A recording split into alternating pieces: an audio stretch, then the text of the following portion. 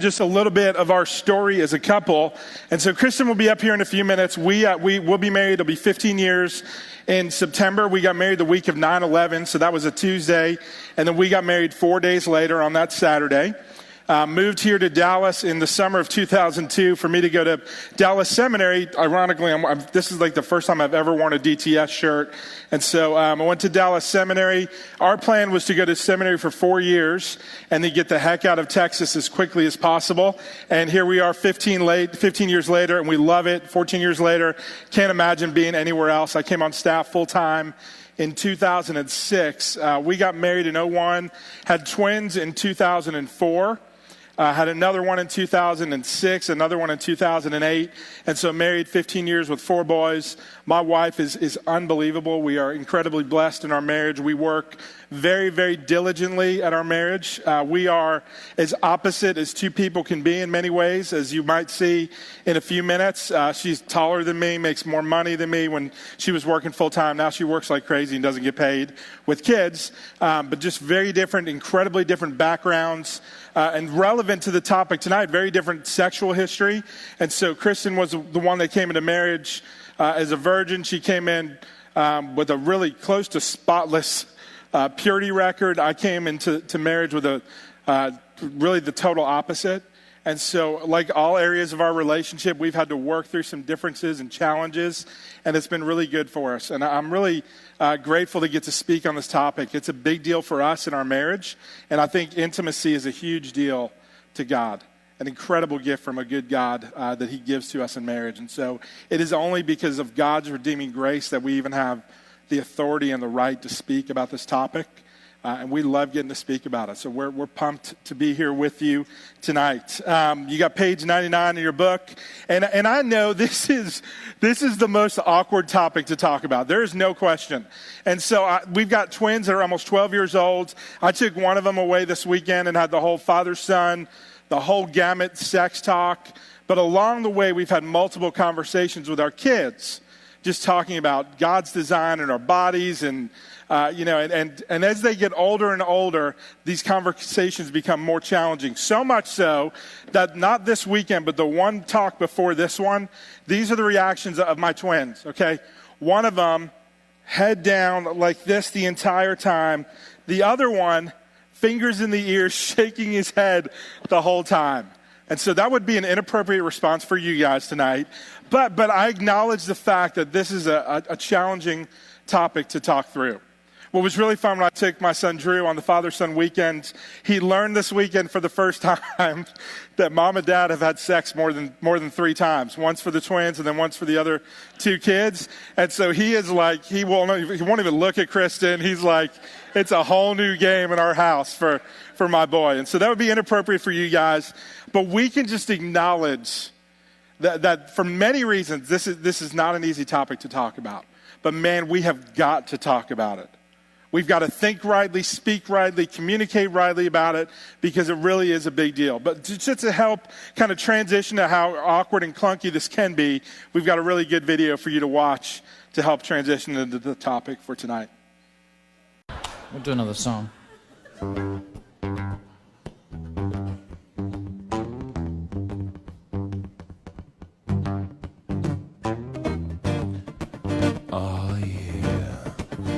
That's right, baby. Girl, tonight we're gonna make love. You know how I know, baby? 'Cause it's Wednesday. And Wednesday night is the night that we make love. Tuesday night's the night that we go and visit your mother, but Wednesday night is the night that we make love. 'Cause everything is just right. Conditions are perfect. There's nothing good on TV. Conditions are perfect. You're leaning close and say something sexy like, I might go to bed, I've got work in the morning. I know what you're trying to say, baby. You're trying to say, oh yeah, it's business time. It's business time.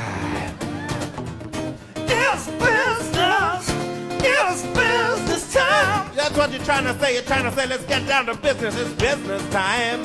It's business.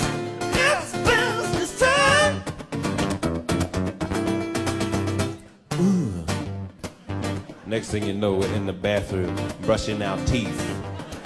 That's all part of it. That's foreplay. Then you go sort out the recycling. That's not part of it, but it's still very important. Then we're in the bedroom. You're wearing that ugly old baggy t-shirt from that team building exercise you did for your old work. And it's never looked better on you. Oh, team building exercise 99. Oh, you don't know what you're doing to me. I remove my jeans, but trip over them because I still got my shoes on. But then I turn it into a sexy dance.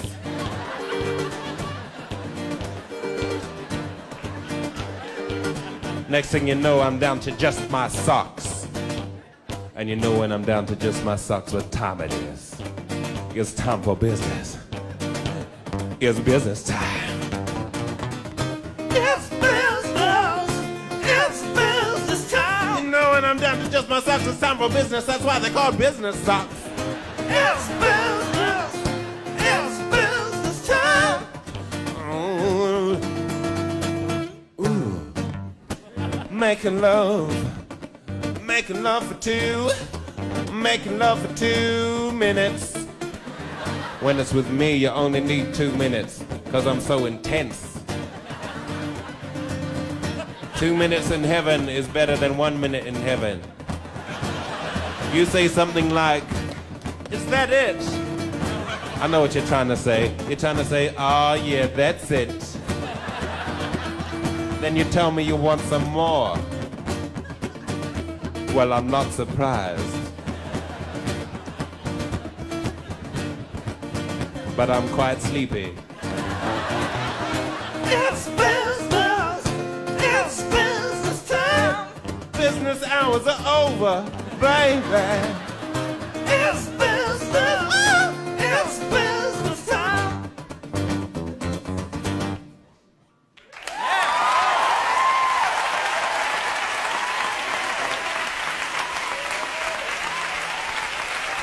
Thank you.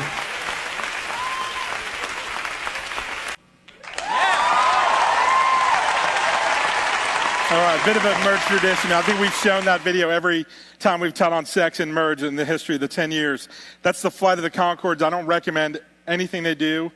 I don't know if it's clean or not, but that's just really funny. And that guy is so dirty and gross and creepy, and it makes that video even funnier.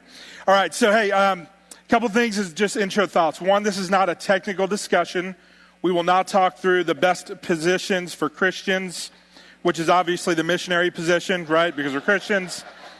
The caveat up front, there are some things that I'm going to say that will hopefully be funny, that Kristen will say that will be funny. There are some things that we don't intend to be funny, but they're going to be funny. Like we're going to say, something like, it's really hard, and you're going to go, that's what she said, or something like that. And so one, that's okay.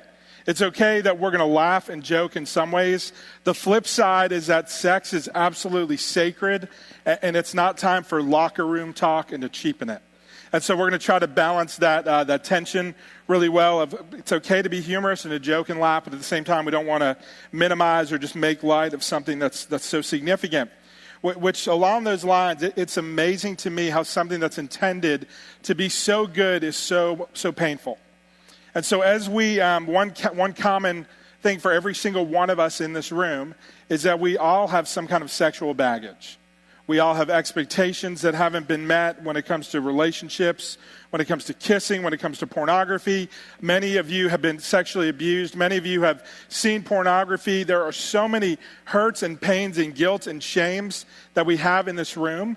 And that is one thing that we have in common. And so one of the things that I would just love to be able to do, and as best that we can, is really for you to take what you know about sex and almost clean the slate and be able to think rightly and almost like we're refreshing your thoughts. So you are learning something for the first time.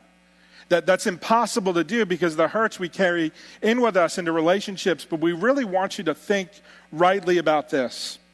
I do want to just share, this is a huge area of hurt for me. Terrible history of pornography, premarital sex, unmet expectations, just ridiculous expectations about this coming into marriage. I'm a train wreck. If I ever write a book, my boss suggested that my book would go from porn pusher to pastor because I was a guy who had the keys to the kingdom. I just had so much access to every single kind of porn and then lived out everything I saw. And so there's so much wreckage and baggage in my life. And every one of us, wherever you fall on the spectrum, we've all got some pain and hurts when it comes to this area. In this room, as a result of your surveys, we looked at the numbers you gave us. You saw the finance ones a few weeks ago. I just want to give you a very high level statistics for this class. 80% of you have been sexually active at some point with someone. 64% of you have been sexually active with the person that you are in this class with. And so 2/3 of you have been active sexually with each other. About 23% are currently having sex. What I think is interesting is that 25% of the guys report they are, 21% of the women. So they are, so I don't know about that 4% in the middle, but 23% are having sex with each other currently. 23% of you are living together. 80% have signed the purity pledge, 81%. And then one thing, I'm not going to give you numbers on this, but there are drastic differences in the way that men and women view lust and pornography. And so there's just going to be a whole lot of unmet expectations in that area. We'll come back to that and a few other statistics later. And so the problem when we think about sex is that we tend to do either one of two things. We often make it everything in our life. It often becomes like everything we think about in our relationships. Sex is the goal. In many married couples, the next orgasm is the goal. We make so much of it, and we pursue it with every single part of our lives. The other thing some of us do is that we just don't make enough of it. We downplay it. We minimize it. It's just sex. It's not a big deal. In the process, we miss out on what God really intends when it comes to sexual intimacy. And so we actually crunch some numbers when it comes to sex, and just bear with us on some of the terminology here, but this is like pretty typical numbers. So if a couple typically will have sex somewhere between we'll have sex 6 times to 8 times a month. And we say generally that takes 45 minutes per session. I don't know why I called it a session, but we do. But that definitely includes like walking into your house, going into your bedroom, brushing your teeth, folding the laundry, putting it away, lying down in bed, having sex, getting up and going to the bathroom, brushing your teeth again, and then going to bed. And so the 45 minutes, you do a little bit of math, and 6 times a month on average, 45 minutes, a generous 45 minutes per session, comes out to approximately 0.625% of your married life is spent having sex with one another. Less than 1% of your time as a married couple is being sexually intimate with each other. And so that just makes me think of a couple things. One, that's a low percentage. There are so many things that take up a higher percentage than that number. But there is no way that sex is only less than 1% important in your marriage. And so this is a small chunk of time, but a drastic, huge component of marriage. And so we need to think rightly about it. And so your first set of blanks is that we tend to think of sex as either God. As I mentioned a moment ago, it's everything we pursue. Sex can be gross to some of you. Our friend Ted Cunningham says sex is dirty. This is what you hear: sex is dirty, gross, and wrong, so save it for the one you love. That's just a wrong perception of what sex is. So it's either God, it's either gross, or the right view is that sex is really a gift from a good God. So sex is a gift to us. The body is good is the next blank on there. It may not feel that way, but our bodies are good. We are physical beings created with flesh and blood, created to feel pain, to feel pleasure, to enjoy the one flesh relationship with each other. God created humanity. He created man and woman. He said it was very good. And we were spirit and we were body. We had flesh on us, which is so hard for me to believe sometimes. You know, Psalm 139 says that we are fearfully and wonderfully made. That God fashioned and formed each one of us. He knew what you would look like. For some reason, he made me look like Chewbacca. I have no idea why, but he did. And so for me to shake my fist in God and say, you got it wrong, you made me wrong, would be an inaccurate way of me to perceive my body. God gave me a bald head and a flat nose and whatever other features he gave you. Some of you are incredibly insecure about the body that you have. Your breasts are too big or too small. Your hips are too big or too small. Guys, you're too short, too tall, whatever it might be. And we often think, hey, God made me wrong. I'll tell you what, God does not make mistakes. Okay, you are fearfully and wonderfully made, and our bodies are good. Second, sex is good. And so again, God created man and woman. They're in the garden. It's just the two of them and a bunch of animals. And they looked at each other when the guy woke up, when Adam woke up from a deep sleep. He looks up, he sees the woman. He says, whoa, there is flesh of my flesh and bone of my bone. And he looks at her, and she's very similar to him in some ways, but very different in other ways. And I think they were able to figure out what to do on their own. They figured out that he had one part that went this way and it would work this way, and they didn't need to look at pornography to figure it out. They didn't need anyone to tell them. They just figured it out because it's the way that God intended it. It's really good and right. And so they're out there making love in the middle of the garden. There's eagles flying by and the giraffes out there, whatever else is going on. And it's really, really good. The way that God intended it and designed it, it's pleasurable. It's not like rubbing elbows to reproduce. It's not like a good sneeze feels good, but that feels nothing like sex does. Okay, God gave the woman a clitoris. There it is. Okay, church word. Okay, and so the function of the clitoris, there is one function: pleasure. Okay, so God, like, how good is God that he would give the woman that part of the body for no purpose whatsoever except for pleasure? And so God is really good when it comes to this and making sex and making it good. And we've really kind of messed this thing up in so many ways.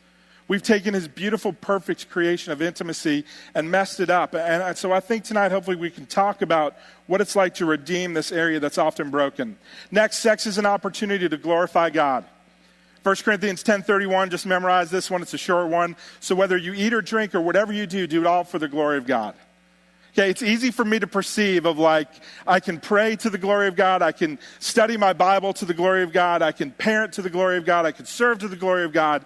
But man, it says whatever you do everything to the glory of God. That means when we have sex within marriage, that we can have sex to the glory of God. And it ought to lead us to this place where we say, man, God, you are good. Thank you for this unbelievable gift. It's an opportunity to give him the praise and glory that he needs, or that he deserves. He doesn't need it, but he deserves it.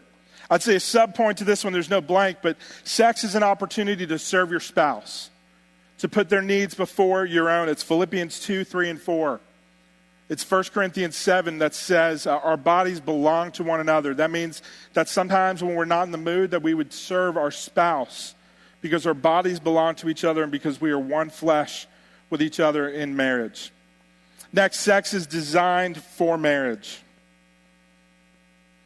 Very clearly, I can give you a bunch of scripture on this. I'll give you some, but Hebrews 13 is in your book, 1 Corinthians 7, Ephesians 5:3, 1 Corinthians 6, 12 through 20, 1 Thessalonians 4.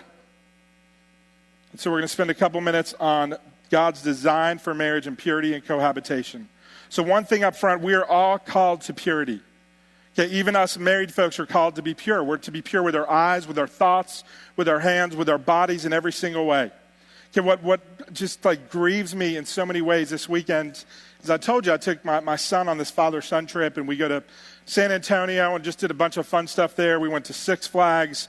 We're in a hotel on the Riverwalk. It was awesome. And I'm there to talk to my son about purity.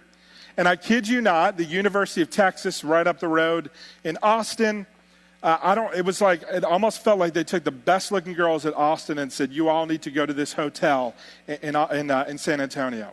And I'm trying to talk to my son about purity, and I can't look anywhere without just distraction and being bombarded by images. And then you go to the Riverwalk, and it's the same thing, and it's just all over the place. And there are times I could say that I took a second glance. There are times when I know I didn't honor God and I didn't honor my spouse. I didn't honor my son as I'm talking to him about purity, and I'm in the middle of failing myself. And so it's just this constant temptation around us. But even as a marriage pastor, I'm called to purity. We are all called to purity. Now, that looks different for the married couple than it does for the pre-married couple. And so I'm going to tell you just loud and clear, you've heard it a couple times before, we absolutely believe that God's best is to save sex for marriage. For so many reasons we have already talked about before, and that it distracts you. It doesn't give you the right view of your relationship. When the sex is good, it's easy to minimize all the things that are challenges in your relationship. This prevents you from seeing your relationship rightly. You're not honoring one another. Guys, if I could speak to you for a moment. you are taking someone who is God's daughter and you are using her for your pleasure. Okay, guys, ladies, you're doing the same. Some of you are using the guys for your pleasure. That is God's daughter or God's son. That's not intended for you to use for your pleasure on this side of marriage. Okay, that is absolutely not God's best for you. There's a couple ways I could talk about this. I can get really angry and get ticked off and tell you you're all just a bunch of perverts and heathens. I can go the other side of it and say, hey, it's okay. God's grace covers all things. But I think there's a middle road where we can say with a lot of confidence and love that this is not God's best. God's best is for you to pursue each other, to be pure, to be holy, to save sex for marriage. If you're someone who doesn't know who Christ is and you think we're crazy, I get it. We are a little bit crazy. But have a conversation with your leader and know that we still care about you. That's why we're going to tell you and challenge you to save sex for the marriage bed. For those of you who are followers of Christ and you know this isn't best, it's almost like you're saying, I'm going to follow God in most areas, but in this area of life, I'm going to give God the finger and just choose to do what I want to do. Okay, that's really dangerous, I find, when we take our Bibles and we like some parts of it and we cut out the parts we don't like. That's what Thomas Jefferson did. Because the Jefferson Bible includes what he wants and he cut out the parts he didn't want. And so if you are someone who's a follower of Christ and you're just picking and choosing what to do and what not to do, I want to warn you. I want to tell you I love you. I want to tell you your leaders love you. We care about you. And that's why we're going to be bold and brash and loving enough to give you some truth. And if you don't believe me and you disagree, then please just open up your Bibles and study it and come get counsel from others. We're not trying to rip you off. God is not trying to rip you off in any way, shape, or form. He loves you. He is good. Kristen, why don't you come up? One thing I continually learn in every aspect of life is like God can be trusted. Okay, ultimately, this is a trust issue. Some of you are sitting there and you're saying, well, I don't want to get married. I've got to test drive the car to see if this works. And I just want to lovingly tell you, one, she's not a car. Okay, two, just trust God. Okay, it doesn't mean if you don't have sex before marriage that it will be great once you get married. But I would say this is an unbelievable opportunity for you to build trust with one another and for you to believe and understand and know that God is good, that he loves you, and he can absolutely be trusted. Can I tell you that as someone, not as someone pointing a finger, but as someone who made a lot of mistakes in that area? The good side is that we did things the right way. I'm so encouraged by that. We actually, we dated for a little while. It was unhealthy. We didn't have sex, but we did cross some boundaries, and we broke up and never intended to get back together. And the second time, Kristen actually asked me out. It's kind of hot stuff. She took me out to a really, really nice, expensive restaurant, asked me out on the second time we got back together, and we did things just the right way the second time, and it was awesome. It was so good to trust God with our relationship and to trust him in every way, and so we challenge you to do the same. So on that note, I'd love for you guys, would you welcome my wife, Kristen Kadersa?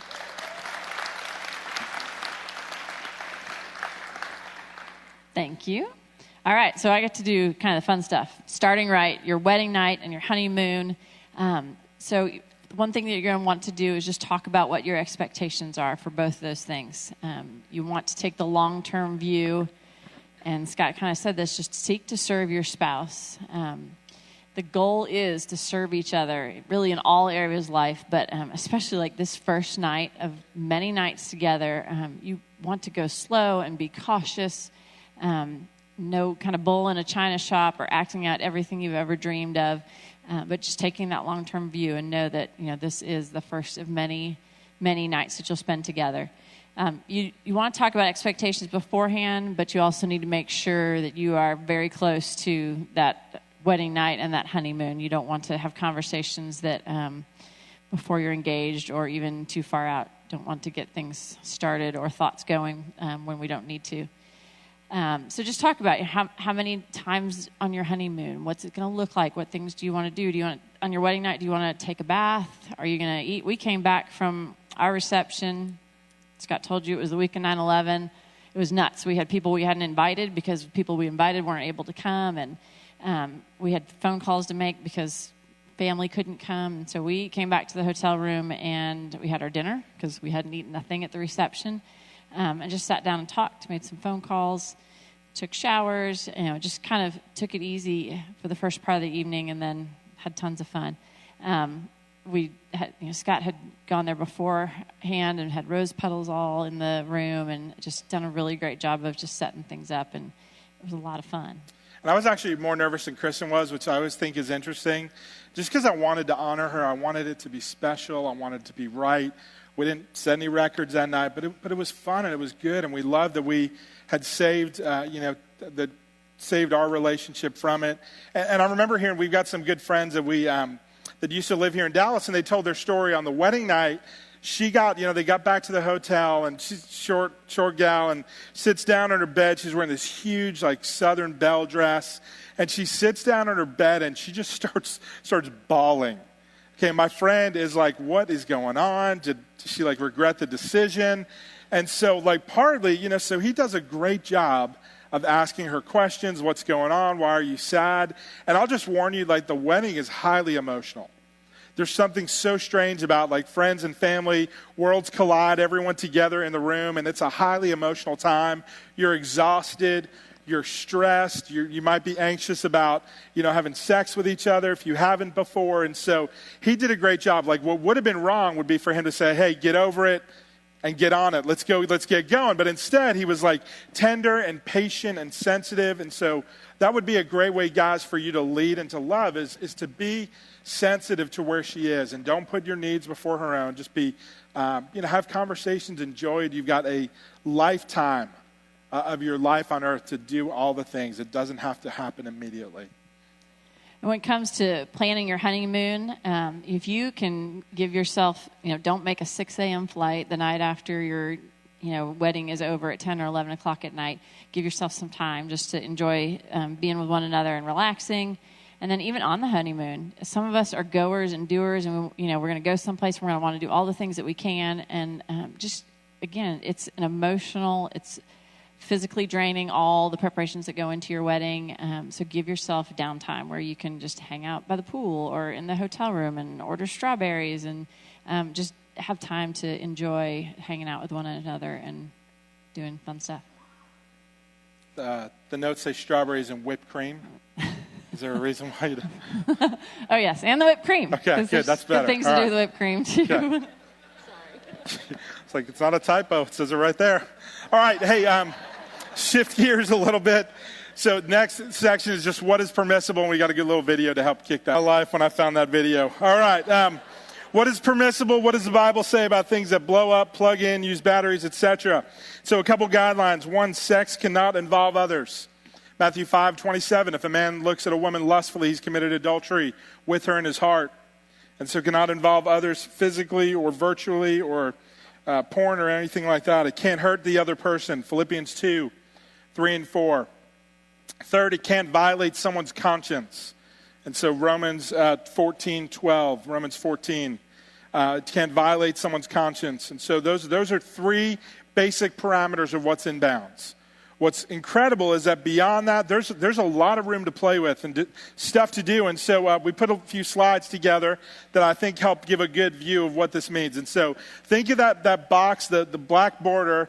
Everything inside there is what's in bounds biblically. Everything outside that box is not in bounds. And so it can involve animals. It's in your Bible. Okay, that would be outside the box. I hope that doesn't disappoint anyone in here. And so no animals.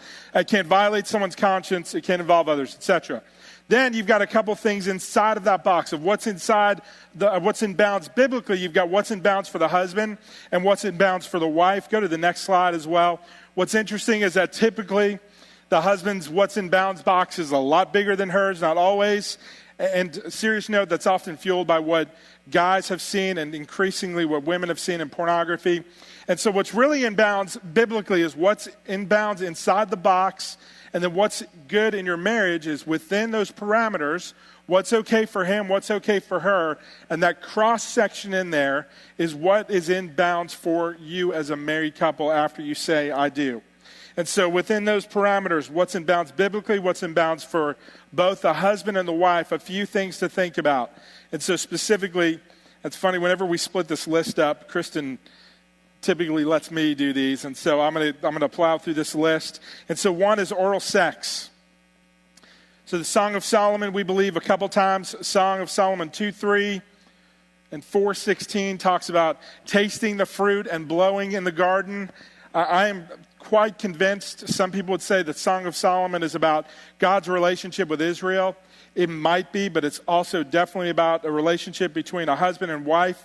And so I don't think those things are purely actual things of blowing in the garden. I think those are metaphors for oral sex.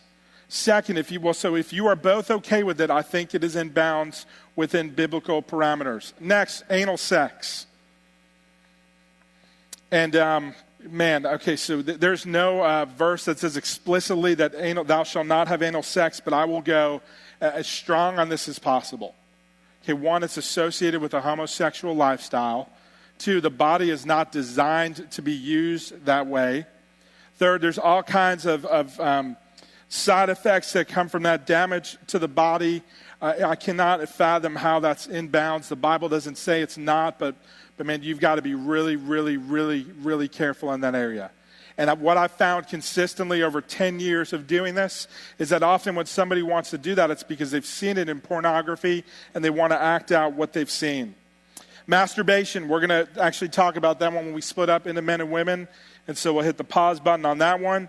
Toys, okay, so like vibrators, things like that, are those okay? There's no verse. Scott 3:16 does not say anything about dildos, vibrators, anything like that. And so here's some thoughts on that. Okay, I know couples who love Jesus who have processed this as a couple and with others, and they think it's in bounds and it's okay. I would tell you just be cautious, okay, because sometimes those things will bring out sensations that are hard to reproduce without a toy. And so I'd say be extremely cautious. I don't know what the Bible says about it because it doesn't, but you want to be incredibly cautious about that because it's difficult to match the pleasure that's produced by those. Quickies. And so a quickie is when you skip the kissing and all the foreplay and you just kind of go right to it. So are quickies okay? And so we like to think about this in a few different ways. We'll just kind of use the metaphor of food because I like it. And so there's a couple ways to think about it. One is that quickie sex is like In-N-Out Burger. Okay, pun intended. It's like quick, you just get right to it, and so I would say it's okay to have In-N-Out every once in a while, but you don't want that to be a regular part of your diet. Okay, you don't want to have In-N-Out Burger every single meal. That would not go well for you. The other side of the spectrum is what we call there's a little kid that just walked in this room, and so Mike, just tell me if I've got to cover up anything. Okay, so one would be gourmet, and so that is like going away to a hotel and enjoying all the really fun stuff, and it's like it starts and it's this marathon, and that is typically not how we live. Okay, it's okay to have gourmet intimacy, gourmet sex on occasion, but that is not going to be the regular thing that happens. Most of the time, it's going to be like a regular meal. Okay, where you pursue, you serve each other. It starts in the morning in the way that you continually serve your spouse, and then you enjoy a good intimate time together. It's not a quickie, it's not gourmet. And so it's 45 minutes. It's a 45-minute session. And so I think it's right to think about sex in that way. That sometimes it's going to be a quickie, sometimes gourmet. Most of the time, it's going to be a normal meal where we enjoy and please and serve one another. Okay, there's a whole lot that's in bounds. There's a lot of stuff that you can do. I think it's incredible the way that God designed the body for pleasure. Again, it's an opportunity to glorify Him. It's an opportunity to say that we serve a really good God who is good to us. One other thought here is two thoughts. One, again, I'm going to just go back to the pornography thing. And side note, some of the feedback we get on our evaluations for this class is people say we talk about porn too much. I'm going to tell you we don't talk about it enough, okay, because it is wrecking marriages all over the place. Okay, there's a room over there where we do re-engage on Wednesday nights, and I would bet most of the couples in that room have pornography as part of their story.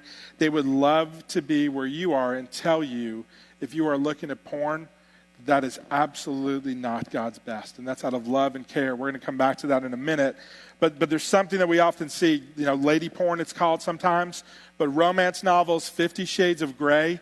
Okay, I don't see in any way how that fits within this box of what's in bounds biblically. It produces thoughts. It's lustful. It's bringing someone else into the bedroom. And so oftentimes, like, I'm going to lovingly pick on the ladies. We pick on guys a lot. I'm going to pick on the ladies. Like we say, my husband, my boyfriend, he's looking at porn. It's wrong, wrong, wrong. But yet you look in their bag and they're reading 50 Shades of Grey. And I don't think it's right to have a double standard there. And so that is lust. It is not honoring to God in any way or honoring to one another. And so be extremely cautious with things like fantasy novels and romance novels, etc. Okay, birth control. What does the Bible say about birth control? I'm not going to spend a ton of time on this. We give you some really good resources for you to read as a follow-up. I believe Lance is going to send you a video, a Real Truth, real quick on birth control. And so let me give you a couple thoughts on that. One is that life is very significant and important. That's Psalm 139. It's Psalm 127 that says, children are a blessing and a heritage from the Lord. And so some couples I know will choose to use birth control because they don't want to have kids. They see kids as being a burden and a hindrance, and they don't want to mess up their lives or their double income, and they don't want to bring kids into the world because of that. I would say that's probably not a right view of children and birth control.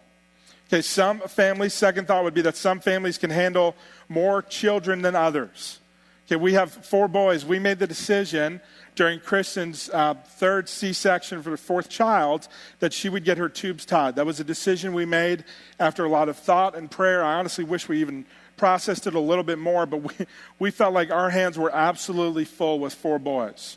Your boys are hellions, if you don't know that. And so to have 4 of them, we felt like this is enough. We had enough trouble raising our 4 kids. We have other friends who have 7 kids, and they're still going for more. That doesn't mean they're better. It doesn't mean they love kids more. It means they are better at stewarding and shepherding their 7 children plus than we are with our 4. I think we do a great job with our 4. I'm grateful that we have them, but it would potentially have been detrimental for us to try to bring. We were afraid, honestly, of having twins again, which would have been a gift from God, no doubt. But we just knew we had to be cautious with what we had. Yeah, I can't even fathom that, because they would have been 2 boys. And so, all right, so the main one you need to think through is oral contraception, the pill. And so, again, we're going to give you a few things to read and to think through. And my bottom line on this is that it bears having a conversation as a couple because life is important. It bears doing some work and some research, watching the video we send you, because life is significant and valuable, and you don't want to do anything that's going to potentially block life from being born, from being conceived within marriage. And so please do the work. Don't just blindly follow what your friends tell you to do. Do some hard work, do some research, and I think we'll set you up really well for that as part of your homework. Next. So growing in intimacy. You want to communicate, I think that's your blank there, your desires to your spouse. So we need to be comfortable, and Scott talked about this at the very beginning, just with the way that God has made you in Psalm 139:14. We are all fearfully and wonderfully made, and we are different from one another. So we need to be able to communicate with one another what is good and feels good and what we like. This isn't selfish. This is necessary. Your husband cannot read your mind, and vice versa. So just be willing to communicate those things. Believe the best when that communication has taken place. I think there's just such a significant area and very easy to kind of take things the wrong way or misinterpret things. So just believe the best when you're communicating about intimacy. The next is the best sex is in the best marriages. And if you've got a crummy marriage, you're not serving each other well, you're not thinking about one another, you're kind of doing your own thing and going, then your intimacy in the bedroom is not going to be there. And so you just need to think about the whole cliche, but sex starts in the kitchen. Sex starts when you wake up and you roll over, and some days you're going to go, I have to choose to serve and love this person, but he's a gift to me. And so just go in that direction instead of, forget it, I'm going to go my own way and do my own thing. Next one. Is that true about me? Like, do you sometimes roll over? I don't. Think, okay, good. All right, focus You're on usually more. gone when I wake up. That's true. Focus on more than the climax. And so we've got this little graph. It's going to be hard for you to read all the little blanks in there, but sometimes we think of sex as just the foreplay and then the climax, the orgasm, and that's it. But I like the way that this author thinks about intimacy. One, he just talks about the atmosphere. And so really, like, what's the climate? What's your relationship like? Are you serving each other? Are you pursuing each other? Are you dating? Are you doing all the things that we've talked about in Merge the first 6 weeks? The next is the arousal, the foreplay. Like, are you playful? Are you enjoying each other? Are you letting passion build? Are you, like, sometimes I like it when Kristen lets me know when I leave the house in the morning that to wear my business socks at night or something like that, that she's building some of the passion, and so that stays with me. And I'm ready to leave work at like 5 o'clock that day. And so, well, which really wouldn't help because the kids are still up. And so, yeah. But anyway. Now they do know everything. So the door closes to the bedroom. They know what's going on. All right, next is the apex. So that's the climax. That's the one we often think about. And then the fourth one is called afterglow, which it's such a cheesy name. But really that means like what happens after you are done. It's like in the movies when you see the couple roll over and smoke a cigarette. I don't recommend that. But what that does mean is it means you don't roll over and pick up your cell phone, your iPhone, and check the scores of the game. If you've got a TV in your bedroom, which I also don't recommend because then you get to have more sex. And so, don't pick up the remote and start surfing and seeing what's going on TV. And so that's the time for you to cuddle, for you to just be grateful to one another. Thank God, as cheesy as that sounds, where you can actually be grateful after sex, and so enjoy the afterglow. Next is to have eyes only for your spouse. And so I'm going to come back to that one in a few minutes when we speak to the men and women separately. But that's for both of you, that your eyes are only for your spouse. They're not to be attracted to or drawn to any other person. Next is focus more on your spouse's desires than your own. And so you are free to have fun. Try not to get stuck in a rut. Do things differently. When you're newly married, come home for lunch. There's all kinds of things that you can do just to keep the fun and the excitement in your sex life. It's also great, just community plays a role in this, especially as a foundation group. You guys can, guys ask guys, girls ask girls, what are you doing to pursue your spouse? Have you initiated? Have you done something creative? And just hold each other accountable just to keep things fresh and exciting. Yes, if you go to Watermark and you get married, and I highly recommend that if you're a Watermark member and you do get married, that you do a foundation group. And so we actually spend a couple months talking about intimacy within the context of community because it's such a big deal and often trips up couples. Next is just to work through your past. And so, man, I'll tell you, I think, in my opinion, the hardest question to answer in Merge is when do you share? What do you share? How much do you share? And so I'm going to give you a couple thoughts. We're also going to send you a few blog posts for you to read from the Porch website that talks about sharing in your past, when, how much, etc. And so a few things that I'd want you to know. One is that every one of us brings baggage in this area. Whether you've been sexually active, whether you've looked at porn, whether you have been abused, which is not your fault, but every single one of us has a past. And I'll also tell you, every couple handles this differently. Some couples want to know every single detail of what happened in the other person's past. I have another friend whose wife was like, I'm in the FBI on a need-to-know basis. I don't want to know anything other than what I need to know. I don't want to know your past, who you were with. And so every couple is going to handle this differently. As you think about sharing, I want to remind you, if you're a follower of Christ, there is freedom in Christ and you are no longer in bondage. So Galatians 5:1, it is for freedom that Christ has set us free. And so if you have sexual baggage, sexual intimacy, pornography, I would tell you to run and flee from it. But I would also tell you that you need to be free. You need to know that you are forgiven. At the same time, 1 Corinthians 6:18 talks about the fact that there are consequences to sexual sin. And so as much as we want to flee from it and pretend it's not there, we can't, because there are consequences of the decisions that we made in the past. When you do share, as that's a conversation for you to have as a couple. Ask your leaders. I would say a couple things, and that just has to be said. Share in person. Don't share over email or over text. That's a face-to-face conversation that you have. The way that looked like for us is that right before I popped a question to Kristen, she came over to my house one night. We just sat down with each other. Roommate was a couple doors down, and we just sat down, and I shared with her not every single detail, but I let her know there's some baggage in my past. Here's not what I'm proud of. Here's what I'm just I wish I would have done differently. I didn't talk about how many times, where, what she was wearing, the positions, any of that. I just said, here's a couple people in my past that I think it would be good for you to know about because we might run across them. And I asked for her forgiveness. I said it was before I was a Christian.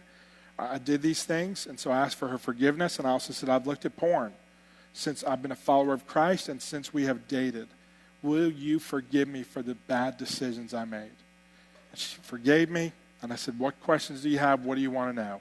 And it was a really healthy, difficult conversation, but she knew whatever she needed to know before marriage. And I was able to do the same with her, to ask her questions, and it was incredibly helpful for us.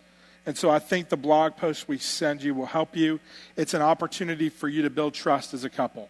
One thing I know you don't want to do is you don't want to go into marriage and hide things from your spouse.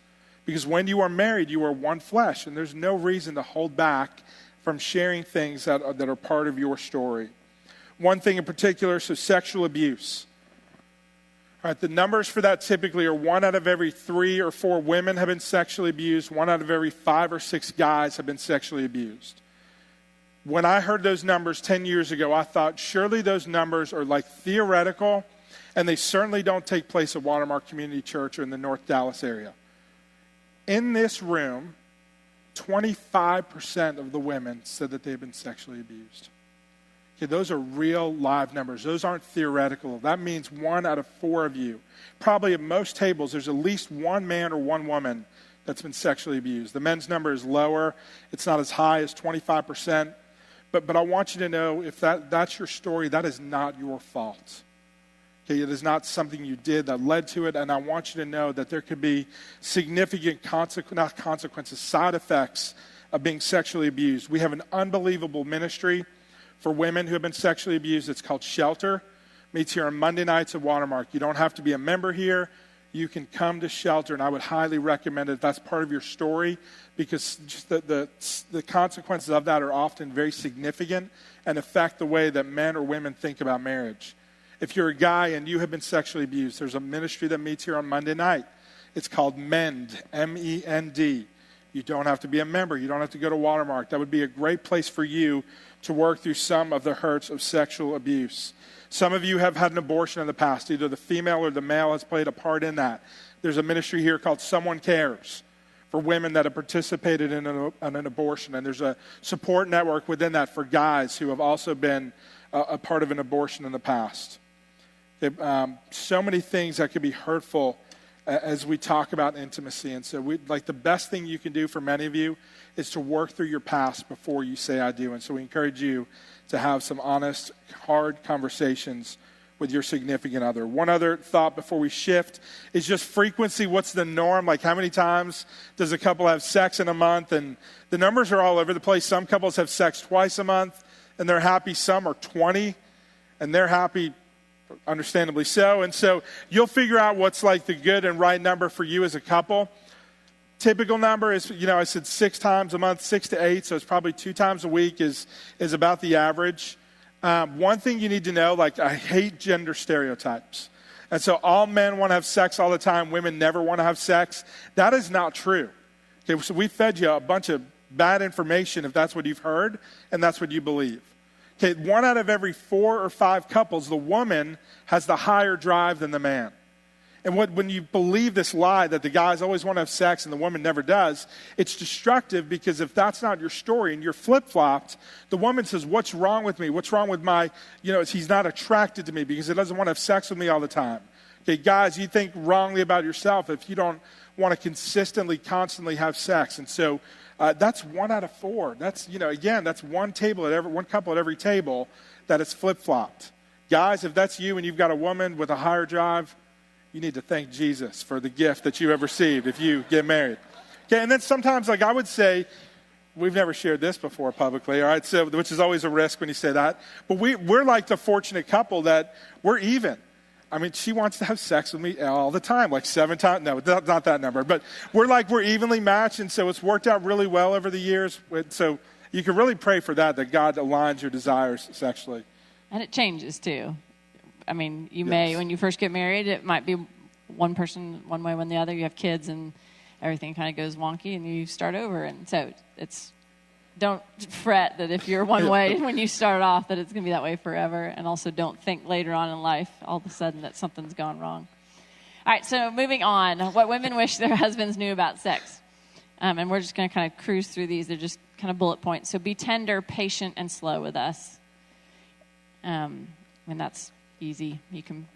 We're fine China, I think is the way that it's said one other talk, and that includes this area as well. Everything is connected for us. So it is easy for things like what's going on at school to be running through my head. So you just got to know that. Some of my parents' house. Good example. So Scott's folks live up in Pennsylvania, and they have a kind of a loft that when we visit, we stay in. There's a bedroom off of it where our 4 boys, sleeping bag in bed, shut the door. And then the loft has a trundle bed, 2 twin beds that pull out, and it's an open air. So right down below is where his parents watch TV, and then right just to the side of that is their bedroom. Well, that's all connected for me, so for us to be sleeping in those 2 twin beds up there and for him to be like, hey, and I'm like, they can hear us. He's like, they can't hear anything. I'm like, I think they're still awake. The TV's on. No, they can't. Yeah. So those are the things that are connected. You guys are thinking, who cares? And we're like, oh my gosh. So. It's your parents and your children. Yeah, and your children. I still remember seeing my dad naked one time. It has scarred me for life. I never... So just remember that. Yeah. All right, so moving on. Touch and compliments are great, and especially when they don't always have to lead I feel like to I need to sex. clarify that. So it was... So it was like 1:30 in the morning, and I just woke up in the middle of the night to go get a midnight snack, and my dad walks out of his bedroom buck naked, and that's why I was. That's not a normal thing for the Kenosha household. That just, yeah. Carry on. Yes, All right. carry on. So things like back rubs that don't always lead to sex are appreciated for your wife. We like to have fun too, and so you guys can be the one that's creative sometimes in what lovemaking looks like. And we know that you want us to initiate and to do fun things, wear cute stuff, all that good jazz. So we understand that, but we also would like that to be reciprocated. Remember that sex is sacred. I think that's a blank for you guys. Just be careful that it's not locker room talk. We said community is important, and you want to share the things that you're doing well as accountability and the things you're struggling with, but we're not in high school and college. You don't talk about what you did with your wife in a way that is crude or that would be offensive to her if she were in the room. Guys, take care of your body and work to look good for her. Again, we know that that's important to you, and we want to do that, and so just no double standard. We want to be proud of you, and we want to know that you're healthy and doing the things that you would ask of us to do. Next is don't ever compare her body to someone else's or sex with her to sex with someone else. She's your it from the time you say I do, and it's hurtful when she realizes that you're thinking of somebody from your past or pictures or whatever it is. And then we've talked about this, but pornography, fill in that blank once more, is completely out of bounds. So we don't bring anybody else in to the bedroom, even when it's pictures or videos or anything like that. Let me go back to the one that don't ever compare her body. Guys, she is your standard of beauty moving forward. And so here's my body type, and here's what I'm attracted to. It's 5'11" and a half, brown hair, incredibly hot, glasses, wearing a blue shirt. That is my standard, okay? She's not going to look the same way, in 40 years from now. Things are going to be different, and they're going to look different, and I'm going to look different. But she is my standard of beauty wherever we are in life, okay? And so it is wrong to ever compare her to someone else or to your ideal body type, whatever it might be. On the pornography thing, what I love is when secular, worldly research catches up with what God's Word says. And so there was a really good article in Time Magazine a couple weeks ago about pornography. And it came from the point of view of guys who are not followers of Christ that are now married, and they're talking about the detrimental effects of pornography in their marriage. And there's something that's called PIED, pornography-induced erectile dysfunction. And many guys are growing up with this problem. They're bringing that into marriage. What that means is that they can't have sex with their wife unless they're looking at pornography while they have sex.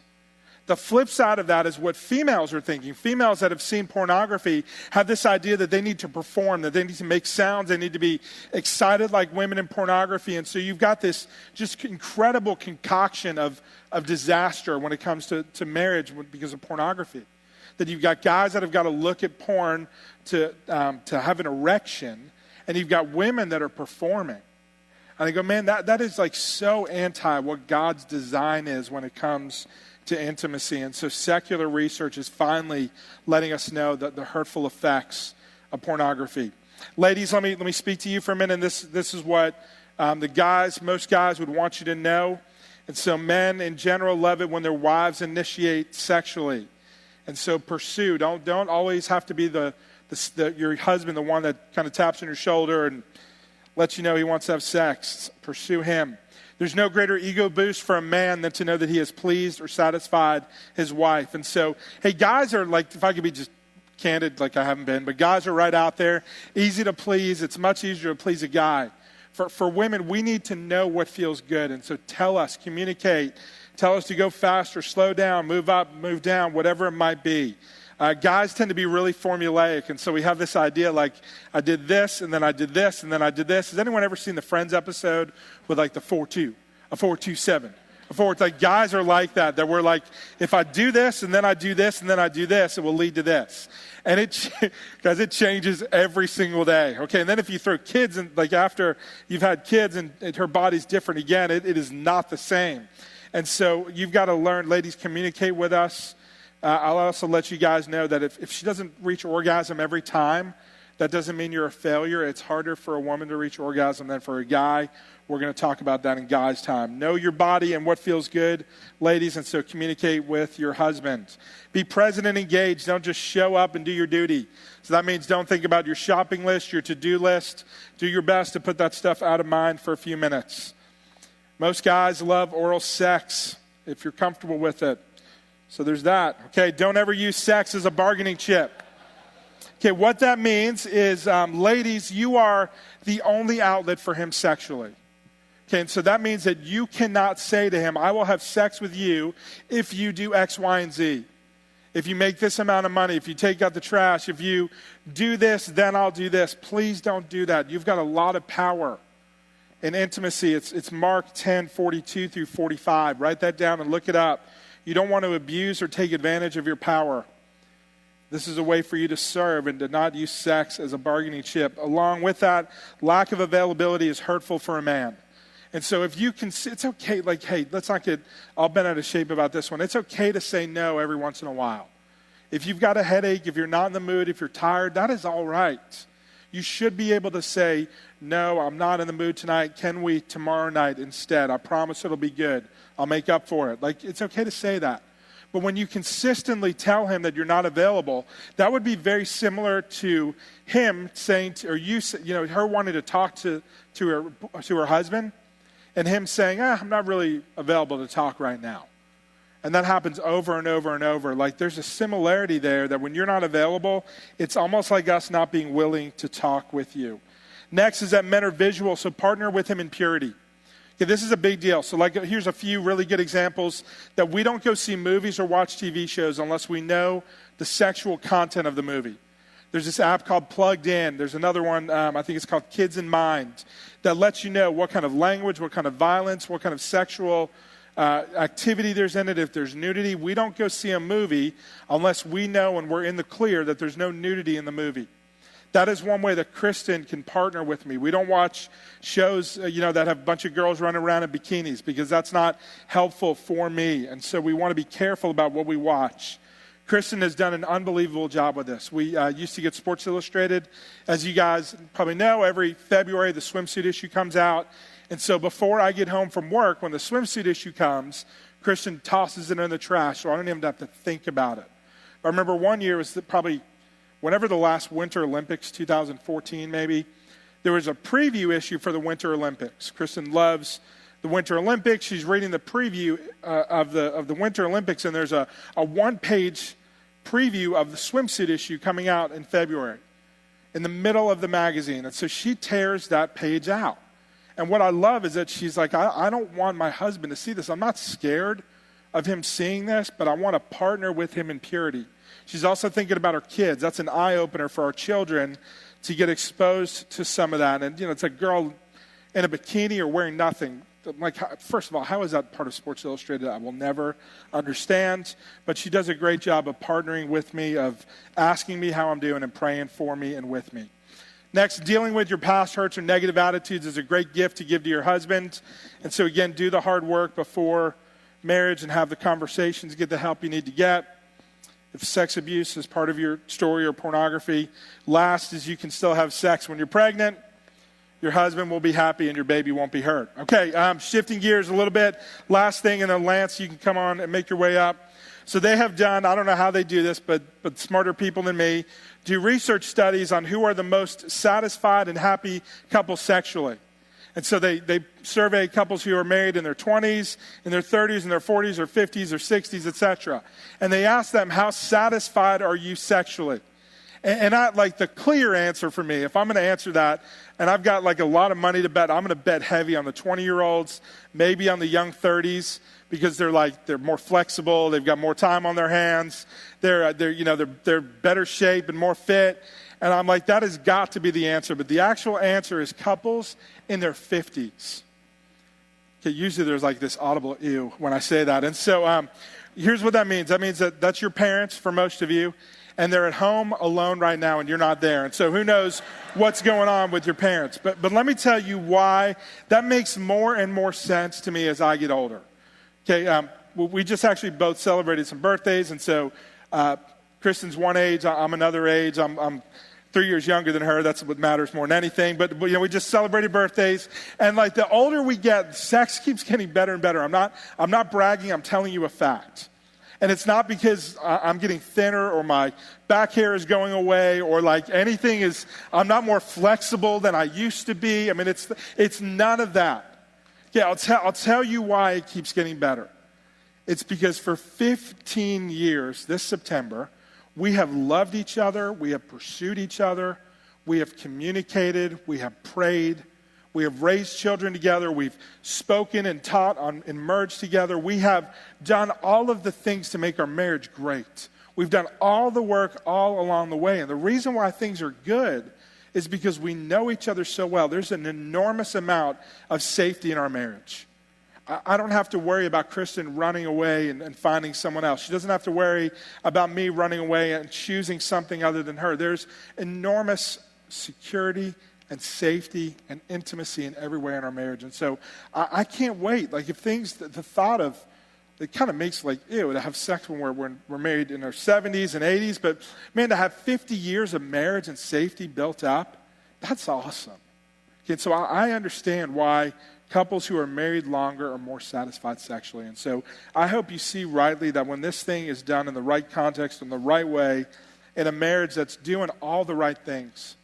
Okay, there's a reason why this is week 7. It's because we want you to do all the other things that we've told you, to be one with each other, to communicate, to understand what roles in marriage are, to be spiritually intimate, to date one another, to steward your finances well, to work through your expectations, to deal with crazy in-laws and parents. Those are all things that you need to do in order to help make this area what God has intended it to be. Got some questions? Awesome. All right. Thanks, Good. man. Hey, so when Scott said he celebrated his birthday recently, what he means is he celebrated it today. So happy birthday to Scott Kadersha. Thank you. And Kristen's birthday was actually on Tuesday. So May the 3rd and May the 4th. So When I was watching that Business Time video, I'm like, conditions are perfect. It's my birthday, and it's a Wednesday night. And So- it's Wednesday. Okay, we'll get you out of here quick, man. Yeah. A couple of quickies. Questions, right. Yeah, questions. Okay. So should a spouse stay connected in contact with friends that they've been sexually intimate with? Man, that depends, right? So it depends on who they are, where they are. If they're like, it's hard to avoid sometimes if there's someone that has to be in your life. But I would say as best possible, break those ties. There's no reason most of the time to still be connected with that person. It's not helpful for you. It's not helpful for your spouse. And so I'd say at best, do everything you can to avoid it. So like when I go back for high school reunions, there's a decent chance I'm going to run into a few women. Kristen knows who they are, and so we will do everything we can to avoid them. We're not going to go grab lunch or dinner with them. That would not be helpful for us or helpful for them as a couple. Yeah. I think, too, just what's your motive for maintaining that relationship? Like why would you want to prioritize that relationship at the potential expense to your relationship with your spouse is probably key too. So what's the risk of two people agreeing not to share too many details of your sexual past? Yeah, so in that one, I'd gonna, what's the motive? Like, why are you going to use that against the significant other some point down the road? It's not going to be helpful for you to know the details. And so I've heard consistently from couples that have shared too much that they wish they can go back and unhave those conversations. They wish they can go much higher level and not go into all the granular details. And so, like, what's the benefit of knowing that? What's your motive for knowing, for why you would want to know those things? Yeah, and so it's good to invite someone else into that conversation. To really just someone that's a trusted friend, advisor. It's cool. In this class, we've actually given you two of those, a guy and a girl. And so, just asking them, like, hey, help me with this. Like, what should I dig in and find out more about? And then what should I just go, you know what, I just need to trust. I need to trust in this area. And the last one real quick for you. Can you continue to grow in spiritual and relational intimacy without engaging in physical intimacy in a romantic relationship? That's a great question. What'd you say? I'm assuming that's after you're married. There's a before and an after, I guess. Yeah. Obviously before, we're telling you not to do that. But yes, you're going to grow in intimacy spiritually and emotionally. But I think you need the spiritual and the emotional, like we said, in order to grow in physical intimacy. Yeah, and I would say I do know some couples that they love each other, they pursue each other, they date each other, and things are just really difficult in the bedroom. And so I think that is very possible that could happen in your marriage. And so if that's the case and that's the story, I think that's, again, why you want to widen the circle, bring community in. There might be some medical issues. There might be some medication issues. And so if you're really doing well in every area and you're struggling in the bedroom, I'd say that's when I want to know, why are we having trouble here? And so the good thing is, within Watermark, one thing I love is that we talk about these things within community. And so if a couple is struggling in that area, we have conversations within our small groups on why that's taking place. And so is it possible? Absolutely. In fact, I'd say it's not extremely common, but we hear it regularly. And so it's no promise and here's where, if I can for a minute, I think the church has probably done couples a disservice when we say, no, no, no, no, no. And if you say no to sex before marriage, then God will promise you a great sex life. That's a terrible thing to tell couples, because there's no promise there. That might not be your story. And so if you do struggle in that area, then figure out with community and maybe a doctor, whatever it might be, why are we having trouble in the bedroom if everything else is as God intends it to be? Yeah. I think on the flip side of that, like if you have a sexual past, as we talked about, 80% of you, that's part of your story, right? And so it's easy, I think, for you to then think that, man, I've messed this thing up. And like there's no way that I will ever have a great sex life, in a married relationship. And so while your sexual history and your sexual past will always affect you, what we want you to know is that it doesn't have to own you. Okay, Scripture tells us, it says, if anyone is in Christ, he's a new creation. The old is past, behold, the new has come. Okay, it says also there's no condemnation for those who are in Christ Jesus. Okay, and so you don't have to sit there and let that past own you. Okay, and so part of that is just taking the time to work through it well with other people who love you and want to see you get healthy as well. So, cool. Kadershus, thank you. Appreciate it.